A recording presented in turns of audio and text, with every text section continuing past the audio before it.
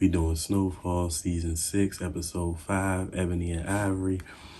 It's funny that they call it that because, you know, when the scene open up, you see Veronique and her mother in the car, and it make more sense now, you know, remembering that Teddy Peoples live in Kansas. And it's funny they call it Ebony and Ivory because it's in black and white.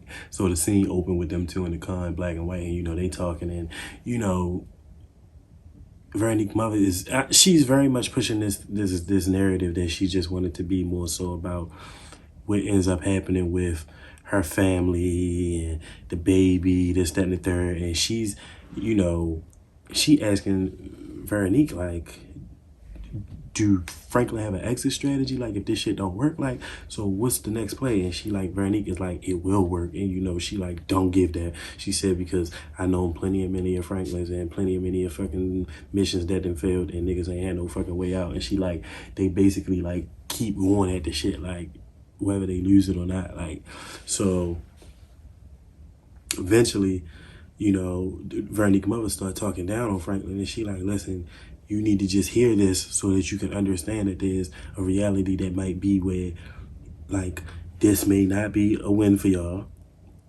And what happens next, like, you need to pay attention to what's going to happen next as far as you and this baby. Like, so eventually they end up spotting Teddy father. And I'm guessing Veronique called Frank, and she like, look, we got eyes on Teddy father. You know, how fast can you get here? He like, shit, 24 hours. So, you know, he hang up the phone, and you got to remember him and Kane are still together because they just escaped the whole goddamn shootout. So, of course, they still together. And he say to him, you know, oh, was that an important call? He like, oh, nah, not really, you know. But he like, I do got to go somewhere. So he like, you got to go somewhere. He like, nigga, we need to be figuring out how we about to get your fucking uncle and that bitch of a wife of his. You feel me? And I'm like, listen. This about to be a season-long beef.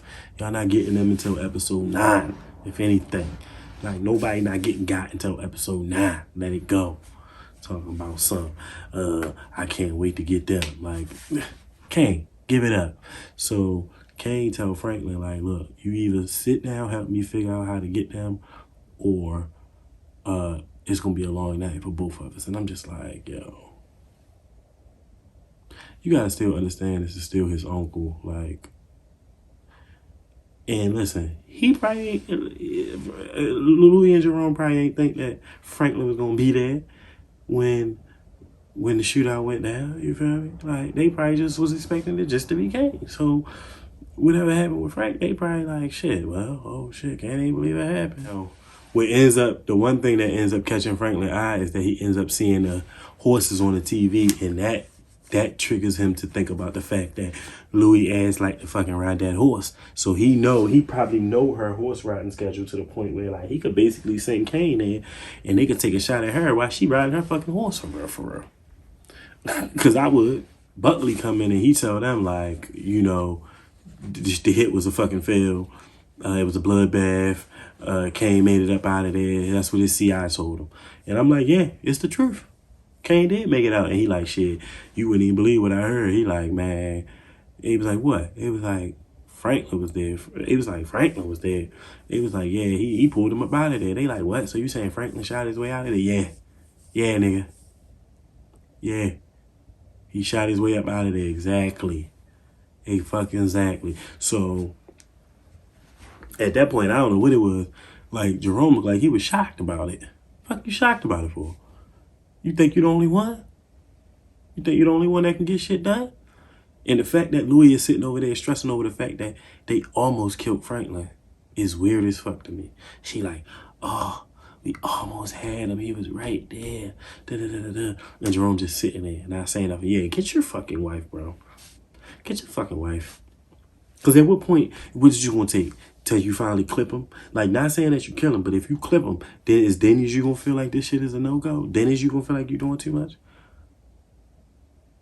At what point is this just gonna be just too much and one in the projects, you know, this after the fight or whatever, and niggas come up to Leon crib and they tell Leon, like, look, we all for everything you did, you feel me? But these people want to be taken care of out here, you feel me? Like, and you know, how we gonna make money when Big D took the product and the cash? And I'm like, well, shit, they got a point. They got a point, Leon. You came up in there, you came back, and you was on some shit. Like, you want to run the shit, but then you want to be a peaceful ass nigga. Like, that's what they saying. You're confusing. They told that man he went to Africa with a crackhead and came back with a wife. I said, oh my God. They not gonna let up on Wanda, yo. They not gonna let up off the fact that she was a crackhead. Like, for real. It's sad. It's real sad. Like, let Wanda live, y'all. Come on. Be nice about it. And they saying they respect him for what he did with Big D, but they like, nigga, you need to make sure that you prepared to do what you gotta do to take care of these people. And I'm just like, And Wanda looking at him, she like, look, why stop now? Why stop now? So that nigga go outside. He go outside, talk his big shit. Like, he like, y'all some pussy ass niggas. Nigga, boo, boo, boo. I'm running shit now. Y'all want work, y'all come to me. This, that, and the third. And if you want to see me about it, see me about it. And we getting back to business tomorrow the right way. I'm like, oh, shit. And Wanda sitting there looking disgusted. Wanda, what you looking disgusted for? You basically gave him the green light. You gave him the green light. You gave him the green light to go out there and act a fool, and he did.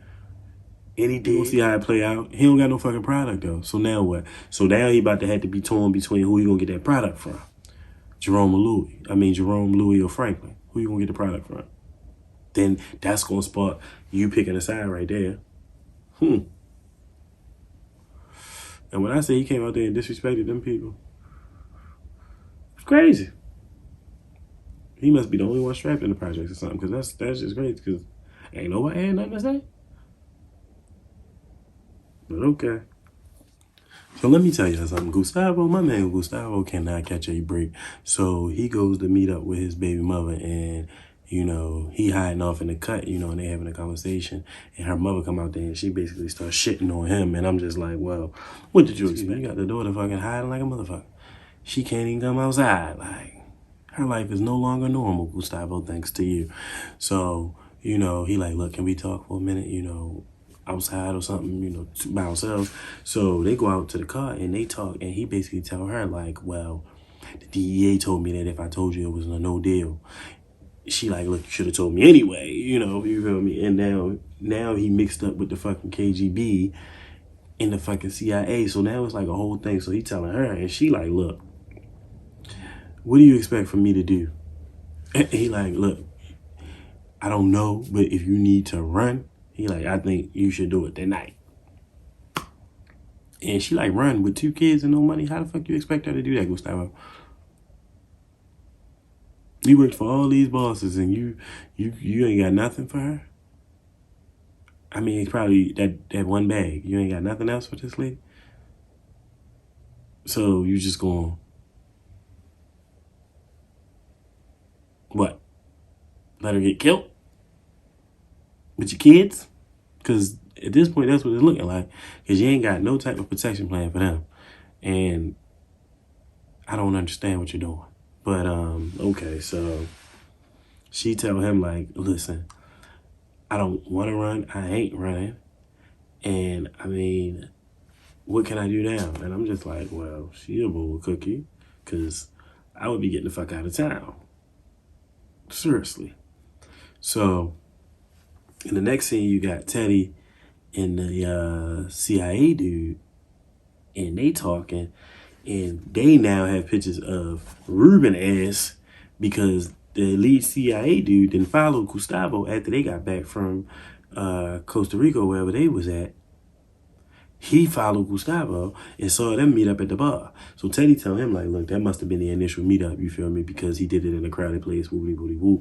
But I feel like Gustavo been off a little bit lately anyway. And I'm like, see, I said that. I said, one thing about Teddy is he paid the fuck attention. So if you thought for a second that you was going to be acting weird like that, Gustavo, and he wasn't going to think like something was going on, you're crazy.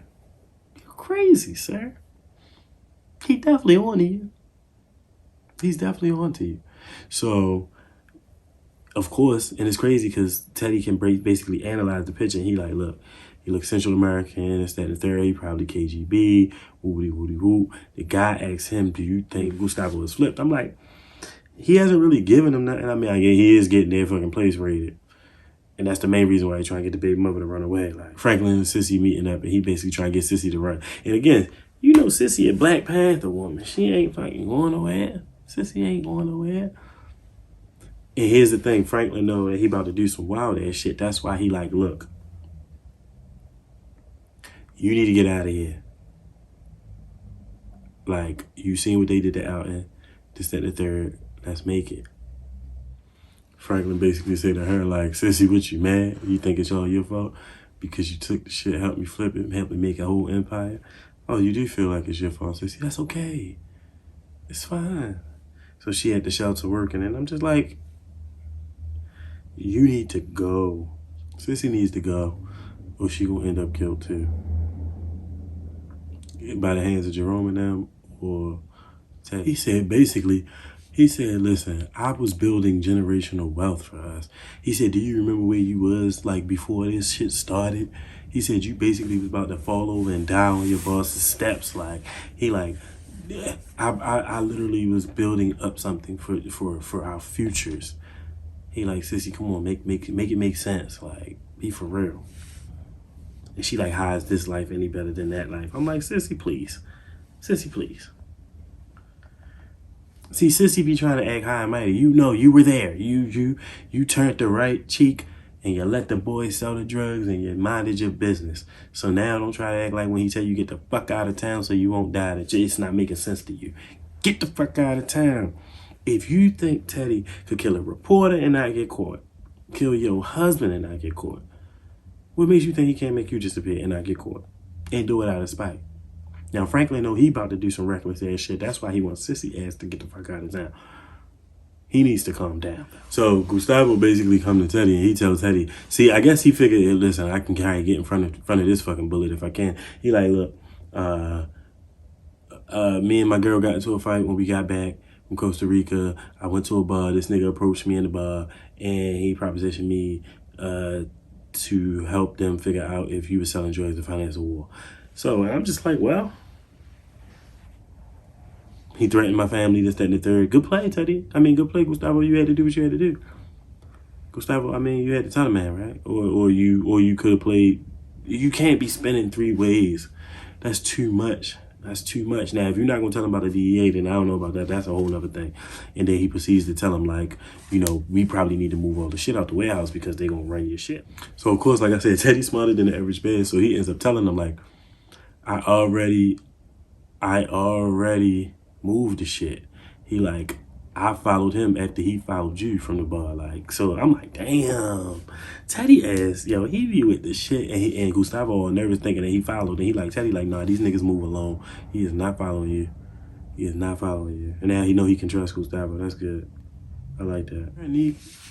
Let me tell you something. Veronique and her mother is setting in a real play to get Teddy father. Like, they is all up in this fucking retirement home, stunting and faking, acting like they about to move up in this bitch. They is crazy, okay? The process of what's her name taking a tour of the place, they lose Teddy father in the mix. So Veronique mother go looking for him. And I'm just like, bitch, you better slow your motherfucking walk down because you're supposed to be playing an old ass lady. You moving like a 30-year-old bitch. End up finding his room.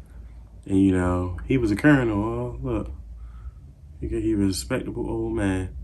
And she ends up finding him, like, she see him outside. Like, Gustavo called the DEA, and he basically tell them, like, don't go through with the raid because he already moved the shit. Like, he was afraid that the KGB was onto us. I'm like, hold up, what? I would have still let them do what they needed to do. Even though they would have looked like assholes, they would have still kind of like, what? Why would you do it that way? Because I feel like at that point, you would have,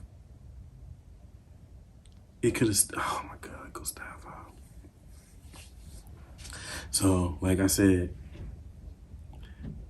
can't put niggas at the fucking stables where Louis ride at, and they gonna eat, but Kane want her alive, so I guess, they gonna snatch Louis. I ain't even mad at that. Please snatch her. I ain't even mad at that. So, of course, Veronique mother make her way outside to go see Teddy father on the bench. So Veronique mother pull out a cigarette and start smoking, and, you know, he tell her, like, you can't smoke in here. She like, listen, I won't tell if you won't tell.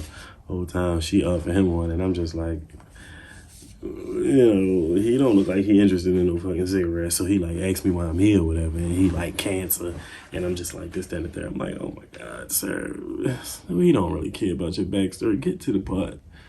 Get to the part where we figure out how we gonna snatch you up.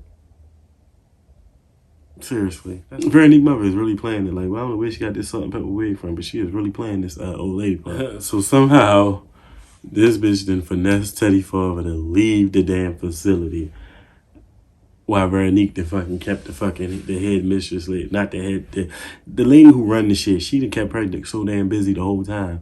This bitch then figured out a way to get Teddy father to leave the facility with her. Oh my God, he been in that place too long. He been in there too long, yo. Why would he think he could leave with that lady? So you don't know her. She gonna kill you. She gonna kill you. That lady dangerous. Oh my God. So Big D go to Jerome and Louie, and he basically tell them he want them to starve Leon out. You starving Leon out because he basically took over the projects, and he like, look, I still run the projects, this, that, and the third. And Louis like, we running a business. I'm gonna sell to whoever buying. And he like, truthfully, respectfully, I ain't even talking to you. And that's the thing. Listen, Jerome, they don't know what the fuck is going on because they don't know that Louis is running the shit. And he even called him out on it. He said, what, you got your bitch running the shit? And I'm just like, damn. And see, Jerome, you need to earn up here. Seriously. Grow up here. You losing it out here, bro. So he basically telling them like, loyalty, no loyalty. I ain't getting in the middle of that shit with you and Leon. Like, if Leon come to us and he need product for the projects, we gonna supply him with it. It is what it is. I'm just like, shit. Hey, they cold, yo. They some cold ass motherfuckers, yo. They cold, yo.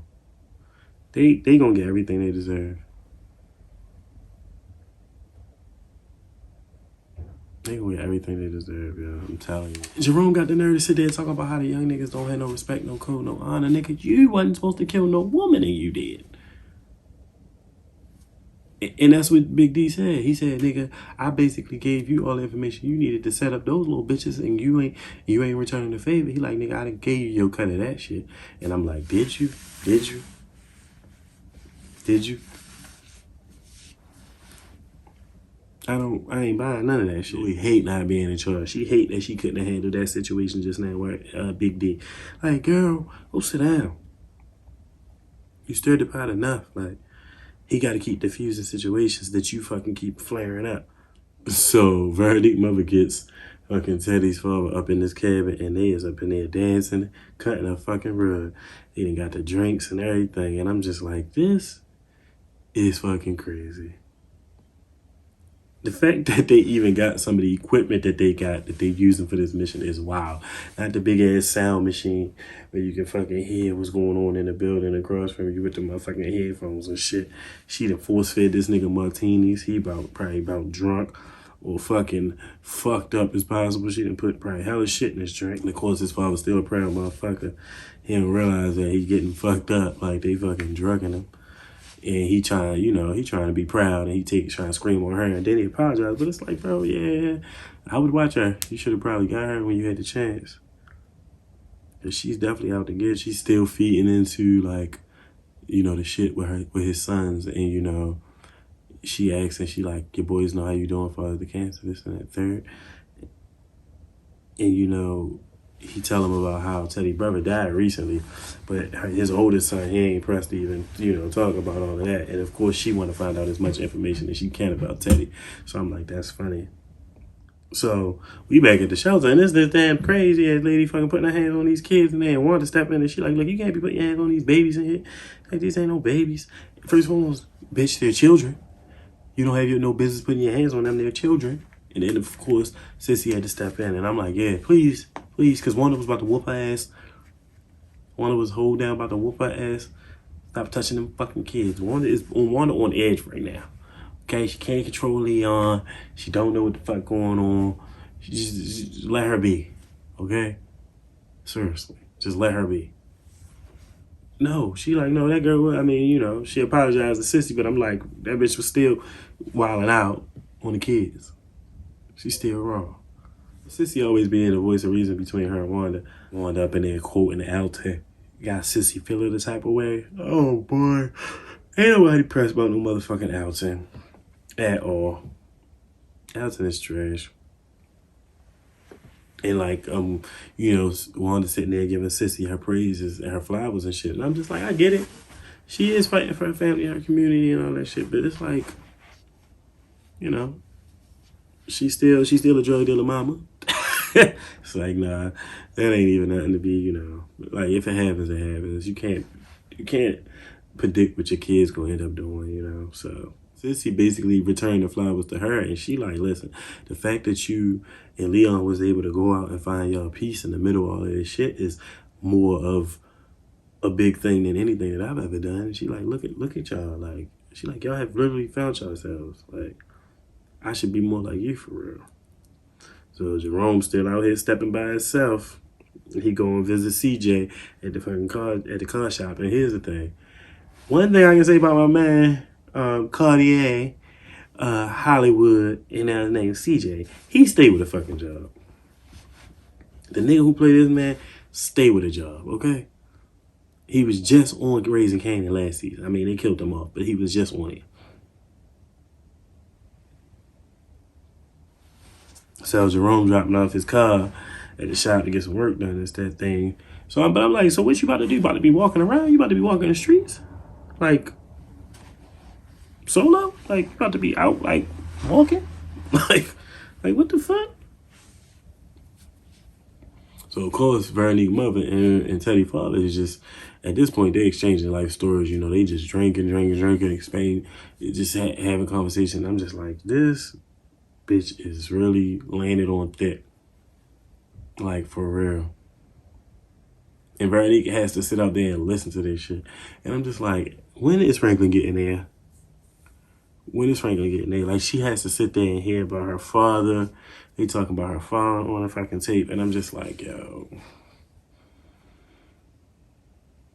Just like, Veronique, hurry up and get Franklin in so y'all can get this shit over with.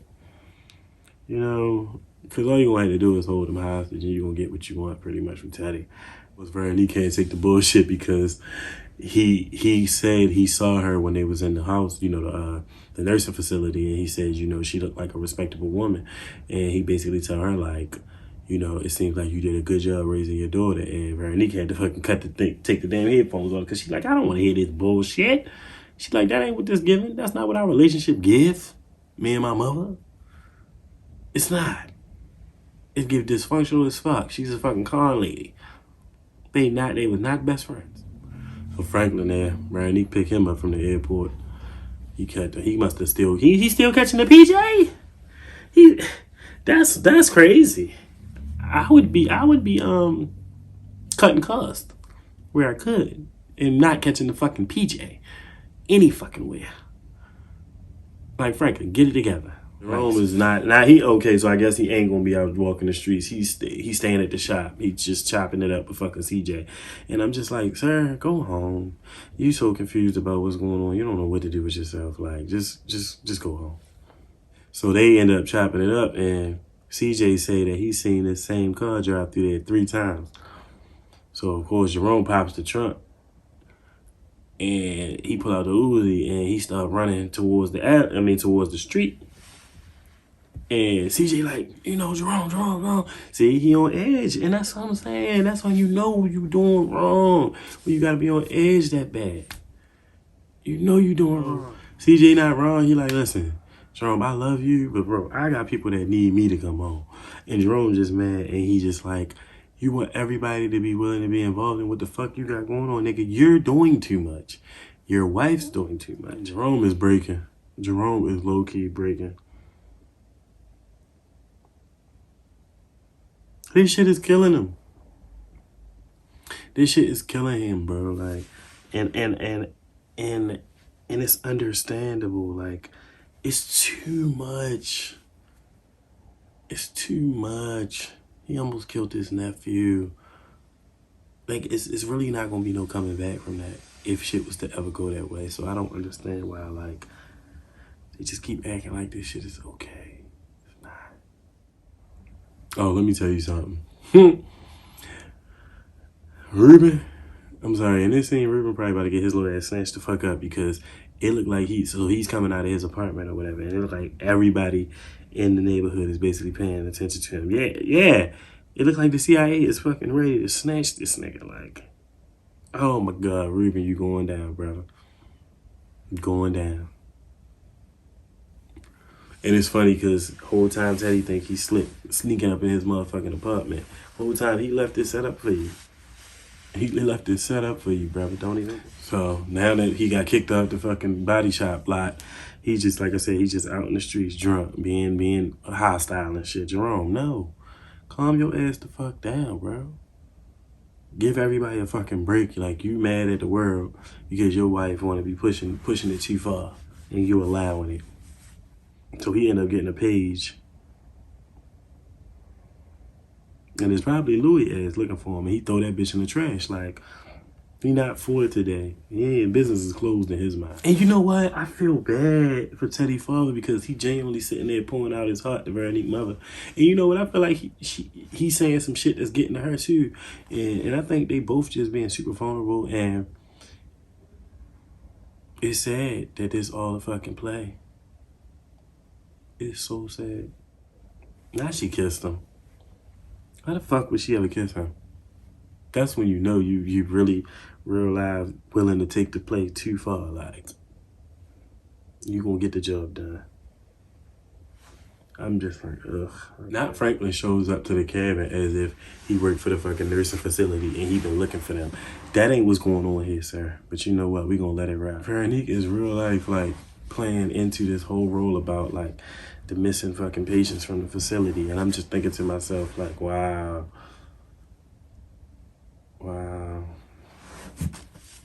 And the fact that Teddy Ford would say that Franklin remind him of Teddy is crazy as shit to me. Yeah, I wouldn't be surprised if Teddy had put a motherfucking camera or something up in Ruben's shit, like, because he couldn't find nothing, because I'm sure Ruben had the shit squeaky clean. Like, come on, yo. He top tier.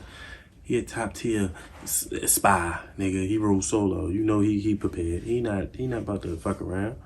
Like, he not. He left the door open way more than he left it. That's crazy. Like, crazy. And when he left the room, he measured it with his fingers. So he knew that it had been opened and not, like granted, whoever opened it tried to close it just enough to, like, kind of give off that vibe that they left it the way they found it. But no, he was able to tell based off the measurement. Like, so it was like, what the fuck? Like, but that let him know that somebody had been following him, because listen, if you think that he ain't a top tier fucking spy to know that somebody else is following him, you're crazy. So now Teddy want 24-hour surveillance on Ruben. Nigga. Ruben's smarter than you. You're smart, Teddy, but Ruben is definitely giving smarter than you. So Teddy ended up getting a page from Kansas City.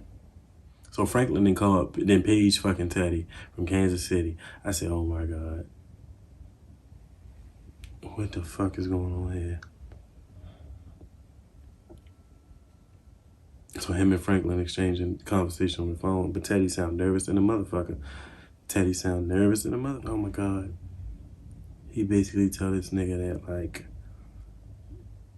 I was gonna treat your father to dinner, you know, once I get my money. Like, yeah, he in the next room, you know. So he said, if you don't believe me, call the house, call the nursing home. I bet you they'd tell you they ain't seen him since he ran off with that black woman. And Teddy talking shit about, like, how he don't give a shit about his father and how Franklin, how it ain't gonna work out for him if he do it. And he like, put him on the phone. He said, tell niggas to transfer my money back the way it go, or your father ain't walking out of this bitch. Franklin tells him to send the motherfucking money, do it right now, or shit is going to go crazy. And Franklin literally stabs the shit out of Teddy Father in the neck. Yep, he killed your fucking father. He killed your fucking father, Teddy, because you thought it was a cute idea to play with this man's $73 million. Now look. Oh, Franklin had to be played with. He sold that motherfucker. Nigga, run me my bread, or I will kill everybody that even matters to you. Your woman, that kid, Paul. Yeah. And then he tells the CIA dude, damn, Franklin just killed my father. Like, yeah, well, like, Teddy. Teddy, yo, Teddy looked up as shit. Yeah, he killed your fucking father, bro. Yeah, he killed your father. I'm sorry. What did you think? You stole $74 million from a nigga. Niggas ain't never had that type of money. You think niggas gonna let that shit slide? Boy, stop. Teddy. And then you try to play tough like he wasn't gonna do it. Track like you don't give a fuck about your father. Well, as soon as he fucking slit that man's throat, you was going, Dad? Yeah, I bet. And then, of course, you know, you got to clear the evidence up. So, of course, he burns down the cabin. So, not only did he kill him, he burned his ass too. Oh, my God, yo. I ain't even going Frank crazy as shit for that. He crazy as shit. He getting a reputation, okay? He done shot his way out of a ambush. He done killed a fucking CIA agent father. And what was crazy was, when he said it, the CIA dude, he ain't even look like he was too surprised. He like, what did you think? What did you think, bro? You can't play with people like that, bro. I'm sorry. Look, y'all, that's High Time Reviews. Make sure y'all like, comment, and subscribe. I'll catch y'all next week. That was Snowfall Season 6, Episode 5, Ebony and Ivory. And then, damn, that whole thing with the mother and the father. Black and white. Oh, my God. I'm done. All right, y'all.